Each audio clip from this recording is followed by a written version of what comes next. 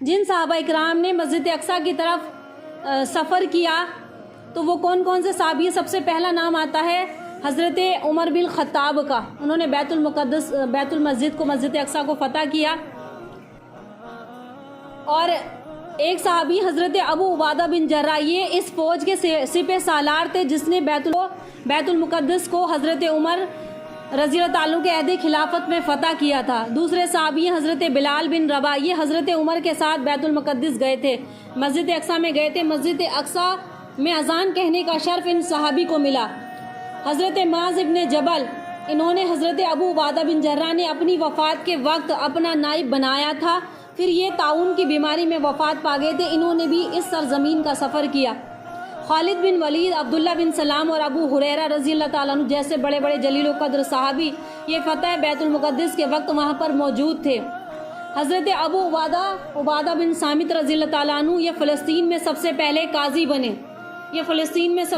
قاضی بنے تھے. بیت المقدس میں قیام پریز تھے اور اس میں پھر وہیں پر ان کا انتقال ہو گیا.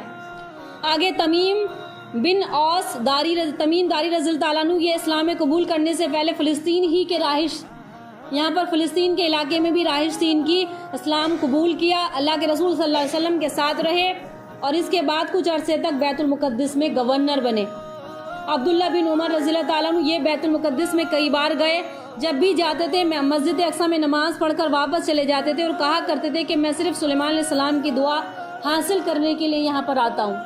جب بھی جاتے تھے اس مسجد میں سفر کرتے تو سفر سے واپسی کے بعد یہاں پر ضرور جاتے اور کہتے تھے کہ میں نے سلیمان علیہ السلام کی دعا کو حاصل کرنے کے یہاں پر سفر کیا. حضرت ابو ریحانہ رضی اللہ تعالیٰ عنہ یہ بھی بیت المقدس ہی کے رہائش سے مسجد اقصیٰ میں درس دیا کرتے تھے. شداد بن اوس رضی اللہ تعالیٰ عنہ یہ بھی بیت المقدس میں قیام فریض تھے. حضرت معاویہ رضی اللہ تعالیٰ عنہ کے دور حکومت میں وہی فوت ہو گئے تھے اور ان کی قبر مسجد اقصیٰ کی چار دیواری کے ہی قریب ہے. یہ صحابہ اکرام ہیں.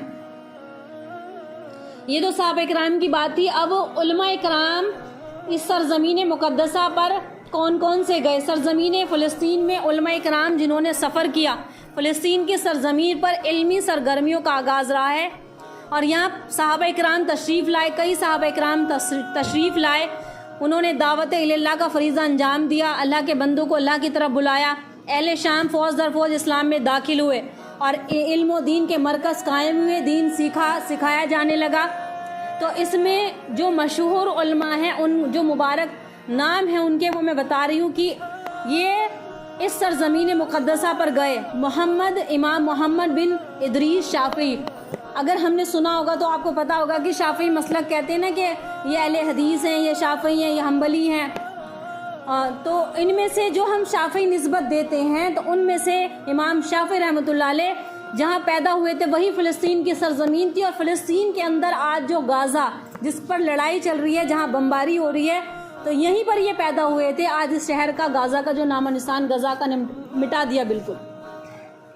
یہ امام شافعی رحمۃ اللہ علیہ یہیں پر پیدا ہوئے تھے. فلسطین کے مشہور شہر غزہ میں پیدا ہوئے تھے اور چار معروف فقہی مذاہب میں سے امام شافعی کی نسبت بھی انہی کی طرف کی جاتی ہے جو شافعی مسلک کے ماننے والے.